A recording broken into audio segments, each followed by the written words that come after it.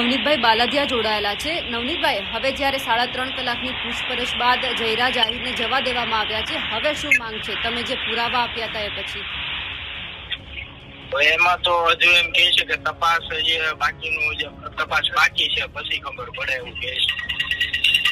એટલે હવે તમને એવું લાગે છે કે ફરી એક વખત એમને પૂછપરછ માટે બોલાવવામાં આવશે કે ખાલી કોળી સમાજના આગેવાનો શાંત થઈ જાય એટલા માટે આ બધું કરવામાં આવ્યું?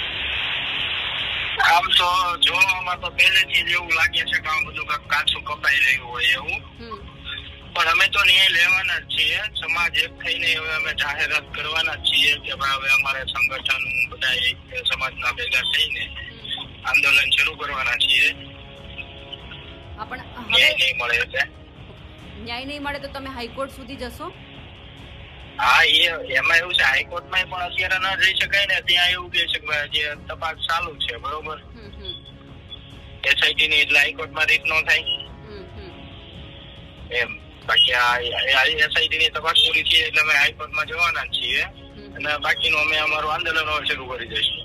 ઓકે, તો જે 1 ફેબ્રુઆરીએ કોળી સમાજનું ભાવનગરમાં આંદોલન છે એ અત્યારે તમે કન્ટિન્યુ રાખવાના છો?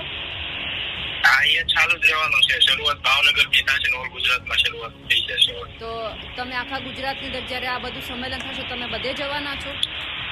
હા, હું બધી જગ્યાએ જવાનો છું. અને નવનીતભાઈ, તમારા પુરાવાને ક્યાંક ગંભીરતાથી નથી લેવામાં આવ્યા એવું તમને લાગે છે?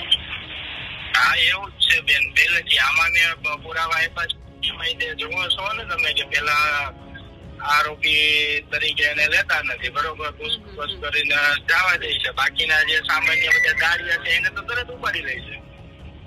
એટલે જ્યારે તમને મારવામાં આવ્યો ત્યારે તમારી આજુબાજુ કેટલા માણસો હતા? કારણ કે અત્યારે આરોપીમાં 13મો આંકડો પહોંચ્યો છે.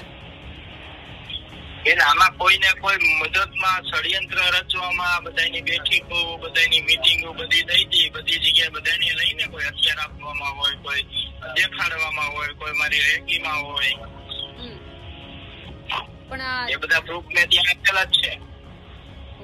તો તમને એવું લાગે છે કે આ 13 થી વધારે આરોપીને પકડી પાડીને જયરાજ આહિરને બચાવવાનો પ્રયત્ન થઈ રહ્યો છે એવું કંઈ?